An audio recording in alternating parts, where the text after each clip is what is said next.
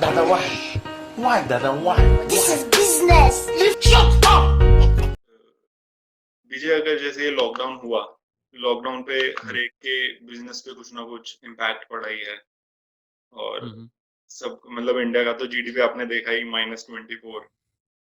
तो अगर ये लॉकडाउन ना होता तो आपको क्या लगता है कि क्या चेंजेस आते आपके में, या फिर आपके बिजनेस में क्या चेंजेस आते?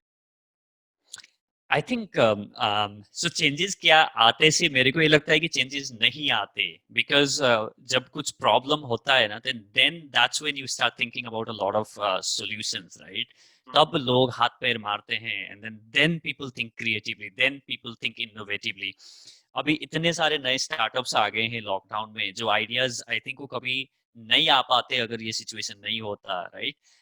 सो आई थिंक रादर देन क्या चेंज होता, आई वुड से कि लाइक यू नो लाइफ जब नॉर्मल चल रही होती है ना हमारे भी लाइफ में, मतलब अगर रेगुलरली चल रही होती है, नॉर्मली चल रही होती है, तो then you know you don't think of making a lot of change, but when you are hit by some kind of challenge, जब लाइफ में कोई स्ट्रगल या चैलेंज या ऐसे सिचुएशन आता है तो then that's when you start thinking differently, right? So I think it's the other way around, like अगर लॉकडाउन नहीं होता तो शायद इतने सारे चेंजेस जो हमें, maybe I am sure a lot of people might have seen you know in themselves, at least you know the kind of people that I interact with, I have seen like people are coming with brilliant ideas.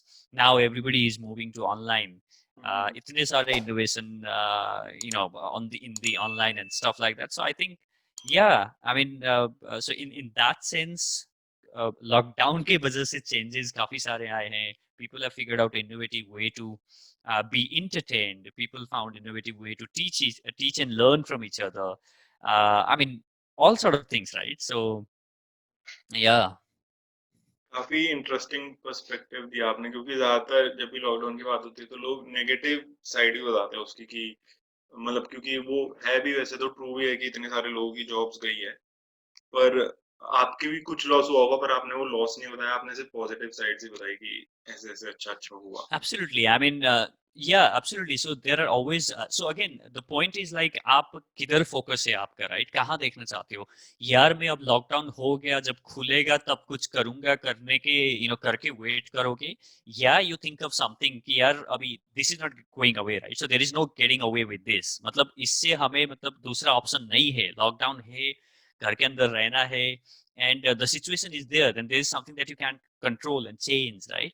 सो जो हम change कर सकते हैं, जो हमारी control में है, I think that's where our focus should be, not on something. I can't change lockdown, I can't control कि लॉकडाउन कब खोलना है या मेरी जॉब चली जाए या ना जाए, that's a thing that's on my control, right? So what I can change is things that is on my control.